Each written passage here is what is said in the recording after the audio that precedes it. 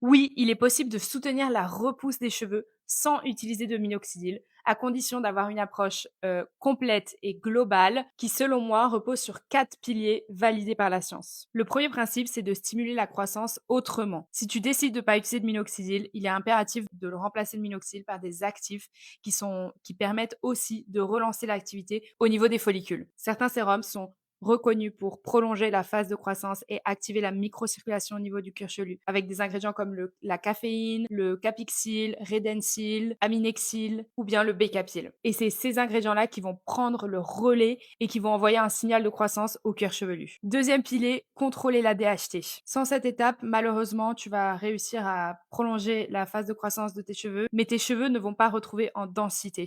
La DHT, c'est l'hormone qui est responsable de la miniaturisation des cheveux, qui crée en fait l'affinement des cheveux. Et pour cela, je te conseille d'utiliser des bloqueurs de DHT oraux, par exemple, comme le saw-palmetto, ou il y a des solutions médicamenteuses aussi, mais il faut voir avec ton médecin. Et sinon, le shampoing au kétoconazole aussi a montré son efficacité pour réduire l'activité de la DHT. Troisième pilier, activer la circulation sanguine au niveau du cuir chevelu. C'est essentiel parce que souvent, ce qui cause une chute de cheveux, c'est le cuir chevelu qui est un peu dur. Le sang n'arrive pas jusqu'aux follicules.